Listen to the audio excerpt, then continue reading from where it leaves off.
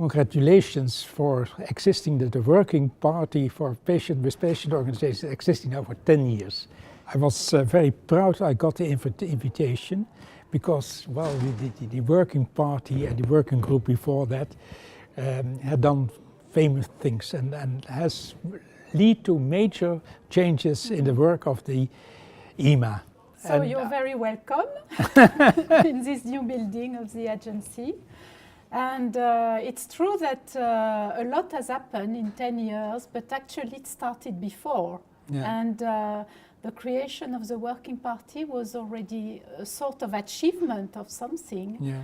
And you have been key in the creation of this Working Party because you worked a lot in order to achieve this milestone into the, I would say, the life of the agency, because I think it's really an important step that we did.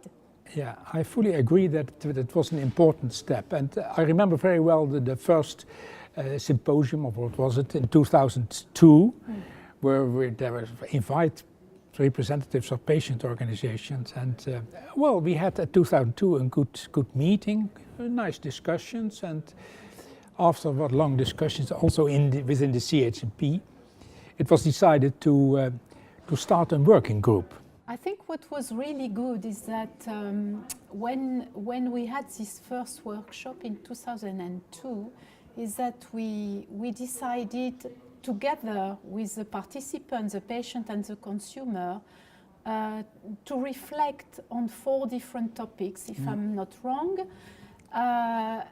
And basically, because we decided together, they really engaged afterwards into this reflection that we did together, and we came up with these recommendations. Yeah. And what is really striking is now, I read the recommendation not long ago, and you realize that most of them have now been implemented, whether we could implement them directly at the agency, and other ones have been implemented through legislations. So it's really amazing that everybody looked at this recommendation and really took the substance out of them and implemented them. After 1 year or 1.5 years, we made documents where we make a separation between, let's say, the discussion with patients' representatives and also patients as being experts. That was, let's say, that was not the intention the first moment, the first time, but later on it was decided that patients could also be experts, and there was a strong distinction made between the representatives and being experts. You know, to address this all this issue of independence, we put together this eligibility criteria, as we call them. And I have to say that patient and consumer organizations are more and more transparent. And now we even apply that to healthcare professional organizations and learned societies which are working with us. And actually everybody is really keen to apply this criteria of transparency, and it's really an achievement as well.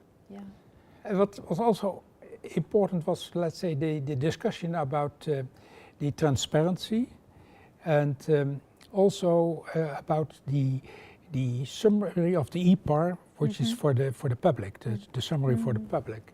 And well, it was a long discussion about what should be in the document, and at the end it was decided that it was a question and answer document, and the structure of the document still exists nowadays. So it was already decided before 2006, so it was part of the work of the working group. What was also very interesting when we look back at the first meeting of the Working Party is that Thomas Salmonson, who was at that time a CHMP member, and who is now the chair of the CHMP, was present. And actually, 2 years ago, in 2014, we put in place this pilot to involve patients in the CHMP, So I think it's a very nice continuum of all this investment we have done in patient involvement and patient engagement, and the CHMP is really now engaging with patients. It's very positive. As well, that this concept of patient expert, I think began with the HIV patients and with the patient with orphan disease, where the committees and the regulatory people realize that these patients, they really knew something that the regulators and the scientific committees didn't know.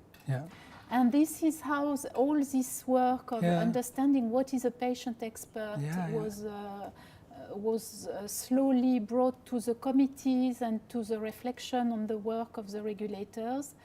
And I think the whole thing built up from these two examples of HIV. Well, and when I see now that patients are routinely involved in the scientific advisory group, unless there's no clinical question on that, but they are routinely invited.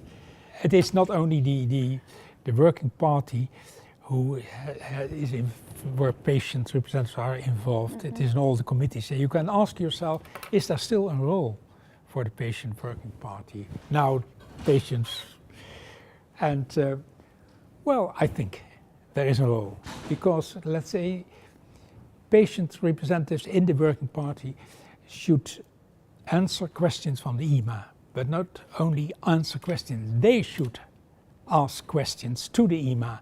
And they do. And they do. They have to do. Patients would say, what's good for me and which risks are acceptable for us. And I think this is a major progress. And I have to say that EMA made the example for other agencies.